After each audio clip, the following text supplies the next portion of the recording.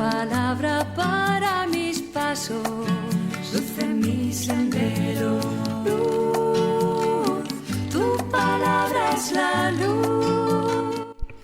Buenas tardes, queridos hermanos, hermanas, oyentes de Radio Anglicana, la radio de la Iglesia. Bienvenidos a una emisión más de su programa La Palabra Hoy. Con nosotros el reverendo Juan María Tellería. Juan Mari, bienvenido. Muy buenas tardes, reverendo Noel, muy buenas tardes, equipos de Radio Anglicana y sobre todo muy buenas tardes a todos nuestros amigos que están al otro lado de los micros, al otro lado de las pantallas, en distintos lugares de este mundo y que nos ayudan a hacer el programa. Totalmente, sean pues bienvenidos los hermanos que nos escuchan a través de la transmisión de Radio Anglicana en las distintas plataformas, aquellos hermanos que nos escuchan también en las aplicaciones móviles de Radio Anglicana, sean todos bienvenidos. Como habíamos anunciado, hoy continuamos con estas reflexiones en torno al primer libro de los Reyes. Comenzamos con el reinado de Salomón. En la primera parte de este tema abarcaremos los capítulos del 3 al 5 y como subtema vamos a tratar la sabiduría de Salomón. Antes de iniciar nos ponemos en las manos de Dios. Adelante, reverendo. Te damos muchas gracias, Padre nuestro, porque con tu gran misericordia y tu gran bondad haces de todos nosotros, de todos los creyentes, haces instrumentos de transmisión del Evangelio y también instrumentos de paz, cosas que son muy necesarias en nuestro mundo de hoy. Por esto, Señor, ahora simplemente queremos pedirte tu auxilio, tu asistencia, para que este programa que se está emitiendo en estos momentos pueda también contribuir a la luz del Evangelio, pueda contribuir a la concordia y pueda contribuir a la paz de todas las personas. Gracias por escucharnos en el nombre del Padre, del Hijo y del Espíritu Santo. Amén. Lámpara es tu palabra para mis pasos. Bueno, la sabiduría de Salomón, como les hemos anunciado, esta sería la primera parte.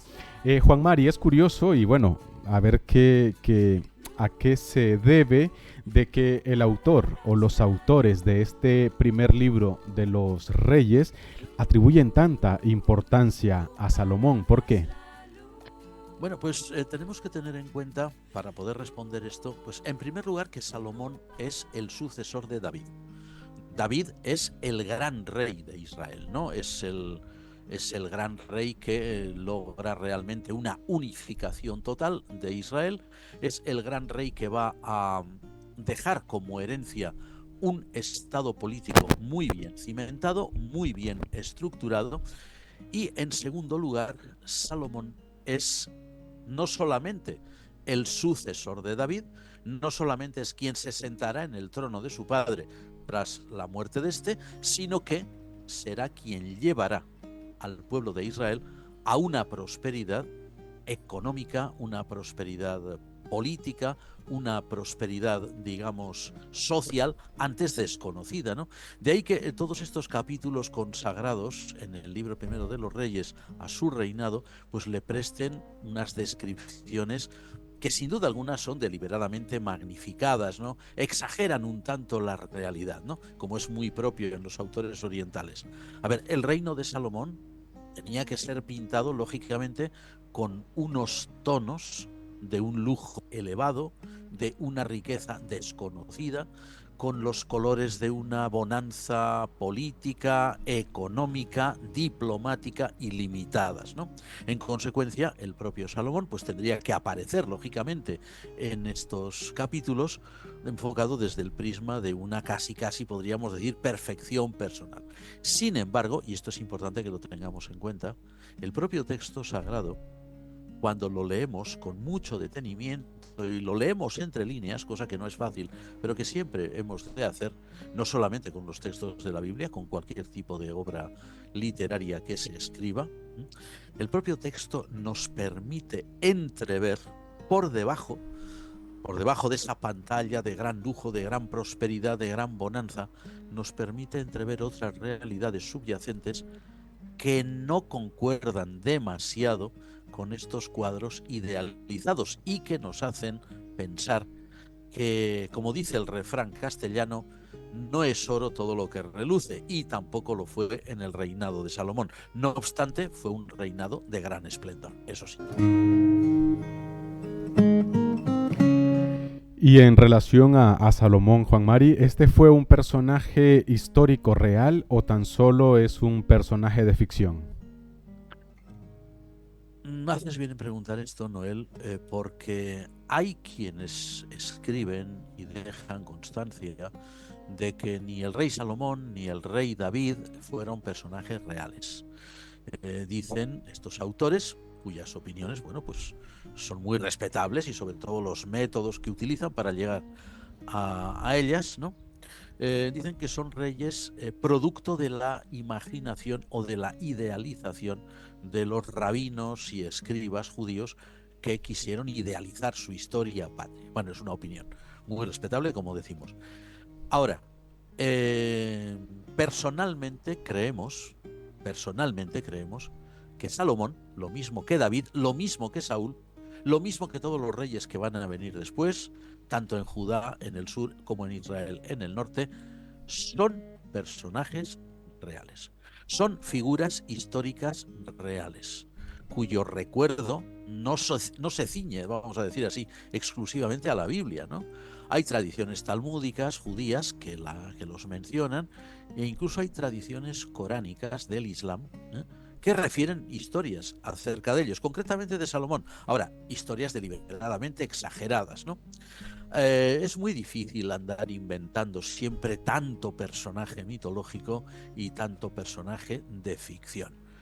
Salomón debió de vivir más o menos hacia mediados del siglo X a.C., entre mediados y finales, ¿no? Y su poderío y su prosperidad se engloban precisamente en un periodo histórico, vamos a llamarlo así, en el que las grandes potencias del Medio Oriente de aquella época, por ejemplo, Egipto en el sur, Asiria en el norte, atravesaban por crisis internas que no les permitían una expansión política y militar demasiado destacada. Claro, ello permitió, evidentemente, en aquellos momentos de debilidad, vamos a decir así, de aquellas dos grandes potencias, que Israel, dirigido en primer lugar por el rey David y luego por Salomón, Israel, que estaba situado geográficamente entre asirios arriba y egipcios abajo, pues pudiera engrandecerse. Todo encaja bastante bien dentro de lo que sabemos de la historia de aquella época. ¿Y qué significó, Juan Mari, el matrimonio de Salomón con una princesa egipcia? Evidentemente fue un matrimonio arreglado políticamente hablando, un pacto político. La presencia de la princesa egipcia, la hija del faraón, en la corte de Salomón implicaba, por supuesto, la paz entre Egipto e Israel.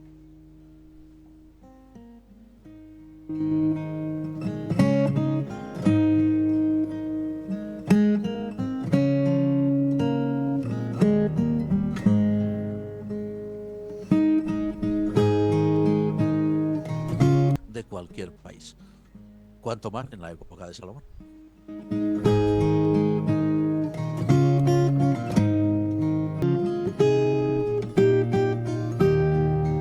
¿Y en qué sentido se afirma, incluso es muy popular, ¿no?, el dicho de para sabio Salomón, de que Salomón fue un rey sabio por antonomasia, Juan Mari?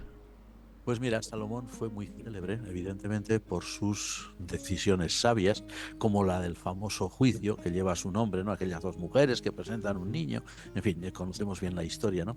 Frente a la figura siempre belicosa, siempre guerrera, manchada de sangre del rey David, de su padre, Salomón, que precisamente su nombre significa pacífico, Salomón vive en un tiempo en el que la beligerancia, pues que Israel no tenía tantos problemas en las fronteras, sí que tenía, pero no tantos. Lógicamente Salomón dispuso de muchos mejores recursos para ejercitar sus capacidades de sentenciar, de discurrir en asuntos que requerían de ciertas habilidades y de tiempo, ¿no? O sea, de ahí la fama universal que tiene Salomón como un monarca sabio. Es que sin duda debió serlo, ¿eh?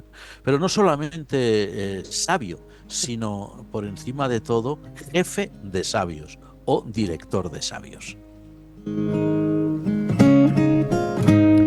Y esa sabiduría, Juan Mari, ¿cuál fue su origen según el capítulo 3? Ahí encontramos en ese capítulo un detalle muy importante que es una declaración sincera de humildad, ¿eh? Una declaración sincera de humildad. La imagen de Salomón no está demasiado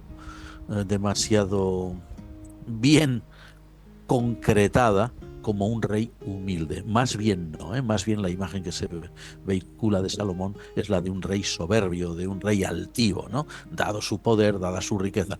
Sin embargo, en este capítulo 3, que es muy importante, esto que nos indicas, ahí Salomón le pide a Dios sabiduría para ser un buen gobernante y la obtiene. O sea, Salomón no le pide a Dios, dame poder, dame riquezas, dame esto, dame el otro, le pide, dame sabiduría para gobernar a tu pueblo, ¿no? Y Dios le concede ese don. Entonces, claro, esa sabiduría salomónica, pues es un don divino. Tengamos en cuenta que, según la Biblia, uno de los llamados 7 dones del Espíritu Santo, el primero de todos que se suele mencionar, es precisamente la sabiduría. En la narración sagrada, pues nos va a vehicular, por lo tanto, la idea de que todo lo que Salomón llevó a cabo con sabiduría no lo hizo exactamente por sí mismo o por sus propios logros, sus propios esfuerzos, sus propias habilidades, sino que lo hizo siempre bajo la guía de Dios, que era quien le había dado ese don. Este detalle es muy importante.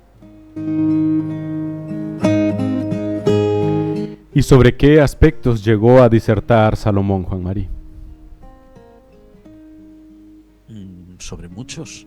A ver, el texto sagrado mezcla en esa exaltación, vamos a llamar así, de la sabiduría salomónica, aspectos tan variopintos, ¿no?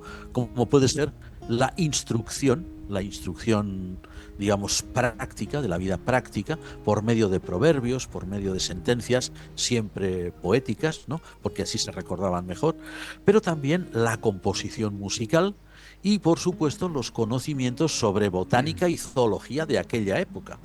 Es decir, de este modo, lo que está diciendo el libro primero de los Reyes, los agiógrafos que lo escribieron, es que Salomón abarcó en su vida un enorme, un vastísimo horizonte de conocimientos, ¿no? Que eran admirados, que eran reconocidos por todos sus contemporáneos, tanto israelitas como extranjeros, ¿no? Hay ciertas tradiciones, perdón, talmúdicas del Talmud de Babilonia y tradiciones coránicas que incluso dicen que Salomón fue también, fijémonos hasta qué punto, ¿no? Se llegan a exagerar las cosas, ¿no? Que Salomón también fue un experto en las artes mágicas, la magia blanca, no la magia negra, naturalmente, en el trato con seres sobrenaturales, por ejemplo, con los famosos genios o efrits, ¿no?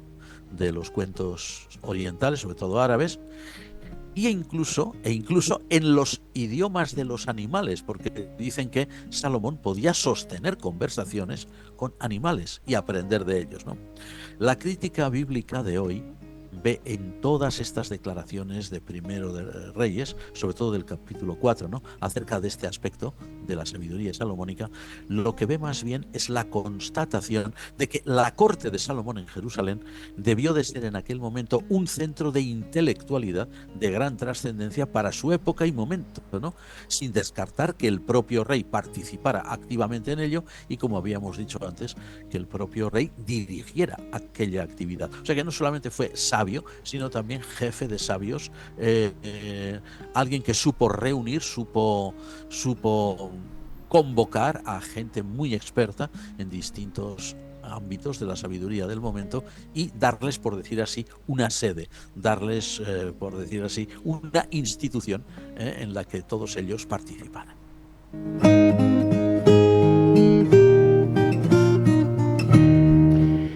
¿Qué demuestra, Juan Mari, la descripción de la prosperidad de Salomón que leemos en el capítulo 4? Vamos a ver, por un lado, lo que se evidencia ahí es un estado político bien estructurado, bien cimentado, bien organizado y de dimensiones que no eran desdeñables, para la época. O sea, desde el Mar Rojo, lo que es hoy el Golfo de Aqaba, más concretamente, hasta el río Éufrates. O sea, una especie de estado enlace, o como habíamos dicho también, una especie de estado tapón entre Egipto al sur y Asiria al norte. Y que vivía Israel en medio de una gran bonanza. Eso por un lado. Pero al mismo tiempo, también lo que habíamos dicho anteriormente, se nos permite vislumbrar, como entre líneas, ¿no?, unas condiciones económicas que eran, vamos a decirlo por su nombre, que eran ruinosas para el país, con unas cargas fiscales sobre los gobernadores provinciales muy difíciles de sobrellevar y que tarde o temprano podían explotar, como de hecho sucedió. Esas cargas explotaron. El sostenimiento del lujo desmedido, ¿no?, con el que se describe la corte salomónica, recaía en aquellos gobernantes. 12 gobernantes, uno cada mes. Pero claro, eso a su vez afectaba directamente al pueblo.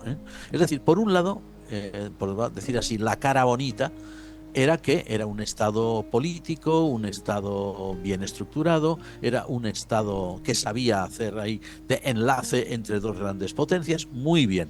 Pero por el otro lado, la cara no tan bonita, la cara oscura, es que ahí era un polvorín a punto de estallar por una economía de total depredación que al final iba a pasar factura a la monarquía salomónica, como así sucedió.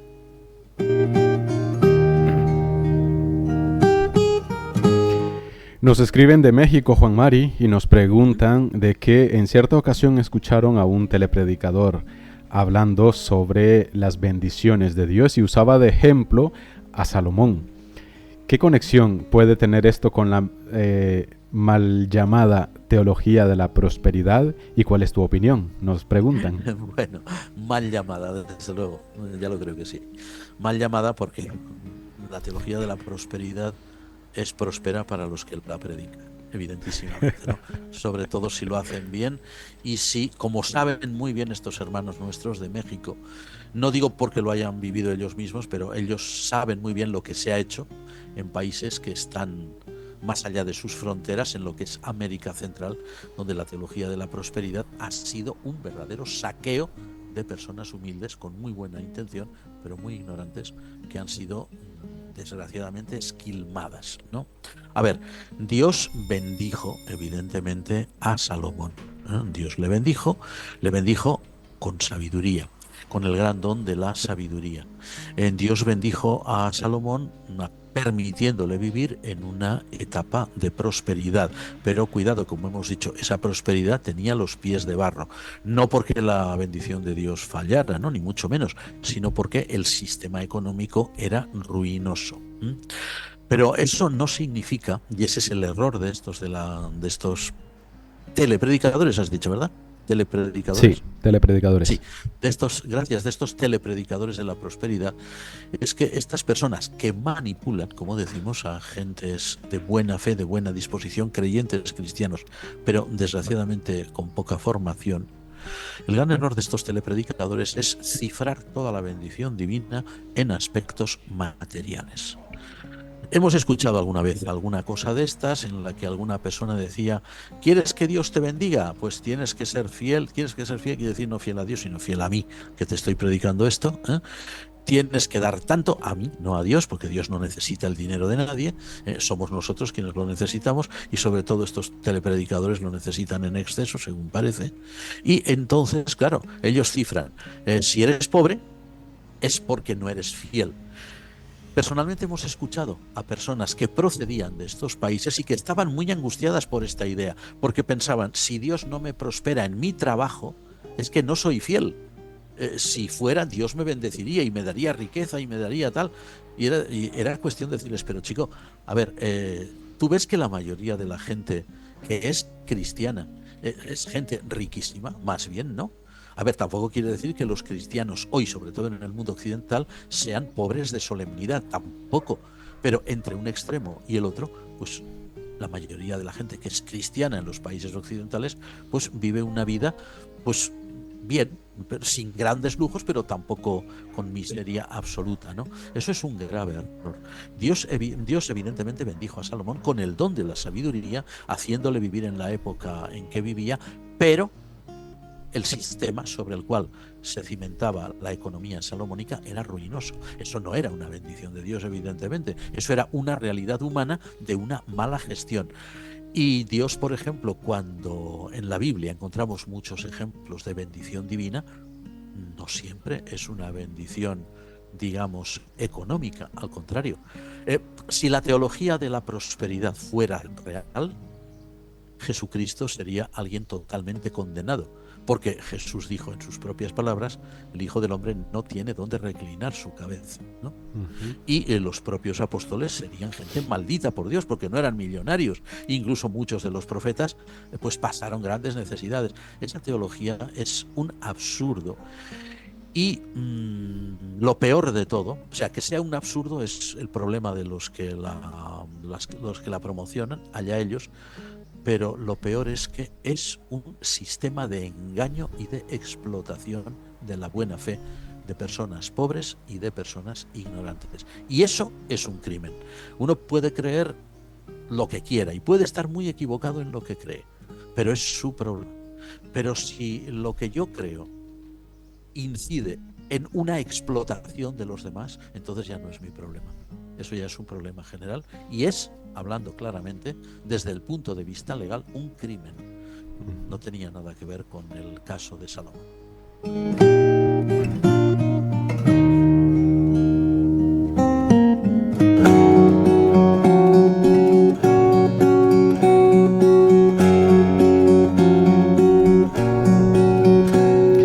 Salomón hace un pacto con Hiram de Tiro, si mal no recuerdo. ¿Qué evidenciaba eso, Juan Mari?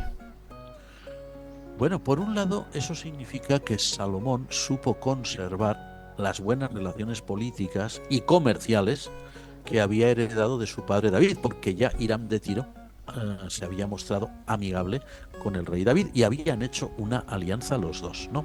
Pero por el otro, esto es lo que decimos siempre, ¿no? El pro y el contra.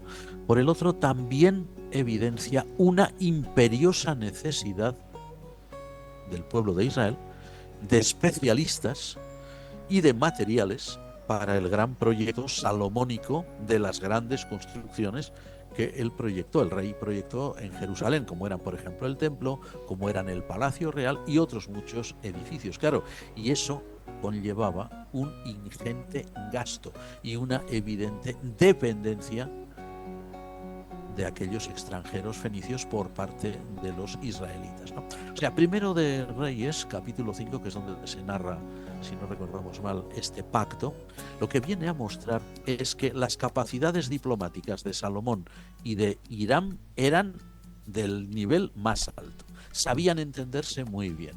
Sin duda, Hiram de Tiro era un buen comerciante, un buen vendedor, y Salomón era un magnífico cliente, o al menos lo parecía, ¿no? Pero eso en realidad también evidencia, ¿no?, pues que los israelitas reconocían, lo cual no estaba nada mal, que ellos no tenían todas las capacidades que necesitaban para el aparato de su estado y que precisaban de ayuda extranjera.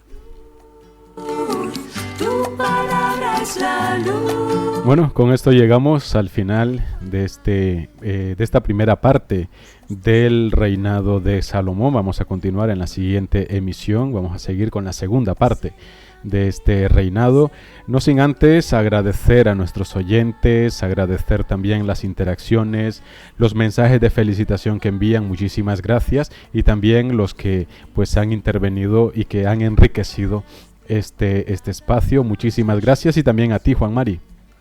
y gracias a vosotros faltaría más. Aquí quien más, para quien es el mayor agradecimiento es a nuestros oyentes, que como tú acabas de decir, nos permiten, y eso lo decimos siempre porque es verdad, nos permiten llevar adelante el programa, y por supuesto no te olvides de ti, que eres quien nos estás dirigiendo ahí, a veces contra viento y mareas técnicas, como ocurre en ocasiones, y a todos estos equipos que están ahí de Radio Anglicana al pie del cañón. Totalmente, muchísimas gracias. Y bueno, estamos ahorita solucionando muchos problemas técnicos que estamos experimentando, pero esperemos que ya mañana tenga una solución definitiva. Bueno, pues gracias a nuestros oyentes, gracias por la compañía. Hemos tenido un pequeño corte en la emisión, algunos ya lo notaron, pero continuaron. Fue un corte de segundos. Y bueno, pues decirles que estamos trabajando en ello para solucionar cuanto antes estos problemas de suministro de internet que estamos experimentando en los estudios de Radio Anglicana.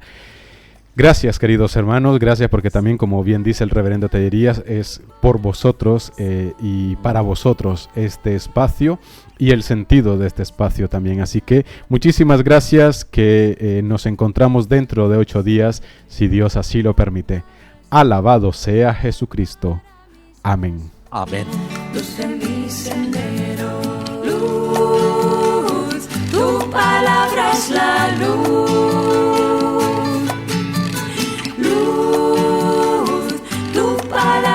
La luz. Usted está en sintonía de Radio Anglicana, transmitiendo vía internet en www.radioanglicana.es. También puede escucharnos en su dispositivo móvil, descargando nuestra aplicación para Android e iOS. Radio Anglicana, la voz de la Iglesia. Jóvenes de toda la tierra, cantad y anunciad con nosotros por las sendas.